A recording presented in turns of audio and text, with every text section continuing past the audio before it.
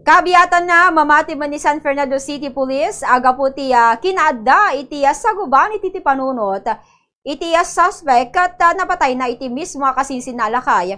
Iti barangay Pagdalagan Norte, Ciudad iti San Fernando La Union. Awan mo't iti makitkita asusik iti batang dagiti dua, kan saan nakaraman iti panagikot ti droga iti suspect. Iti update da ito ay maribod mo't ka ni Bombo MJ Ortiza.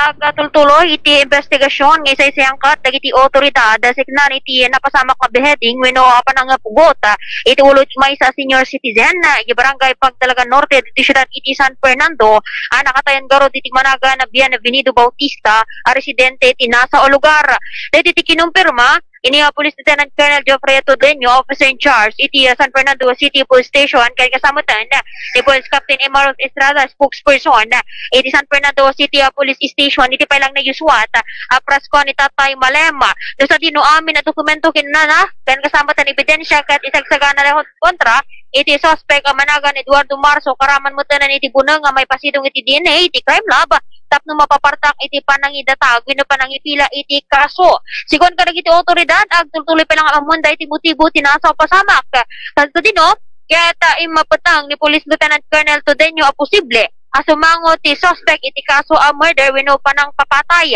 in butak-tak pay tinasong opisyal apati mismo isuda ket kinarit ken kinamat ida tinasong a suspect baban iti bunang nga ikutete ngam sumagmamano nga minuto ket iti napalabas ket natilid mo laeng daytoy namuan at 1990 tingay muna nga dani di kaso ti suspect a murder wenno panang papatay or pamapatay ken dati nagbali nga biktima itinasa nga pasama ket may nga babae do sa dinugat na sentensya daytoy ken na naisirbi na mutan iti sentensya na iti NBT ano ito yan yung believe in the prison ken makunkuna wenno may pagurop nga agsagsagaba iti diferensya iti panunot daytoy iti pailang nasa nga pasamak gabayatan na kinumpirma mat tinasong opisyal nga awan mat iti nagbali na kaso ti suspect wenno sana involve iti illegal droga.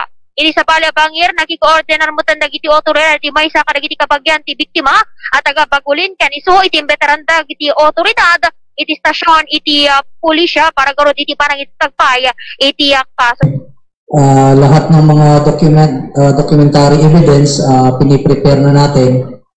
Meron din tayong mga object evidence na nakuha doon tulad nung pangtaga at iba pa kasi marami tayong mga t-shirt na nakuha doon na may dugo.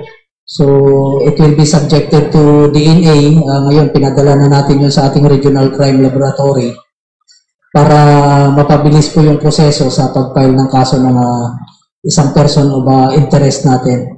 As to the motive, itong suspect na ito ay meron ng dati pang kaso na nakapatay din.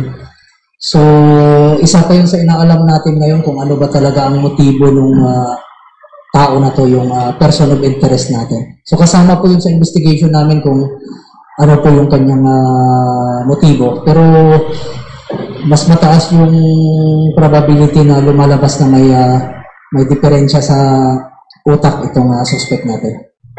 Manitrangon, Bombo MJ Ortiza reporting para sa Pambansang Radyo ng Pilipinas, Ken Consistent number 1, iti La Union, Basta Radio. Bombo!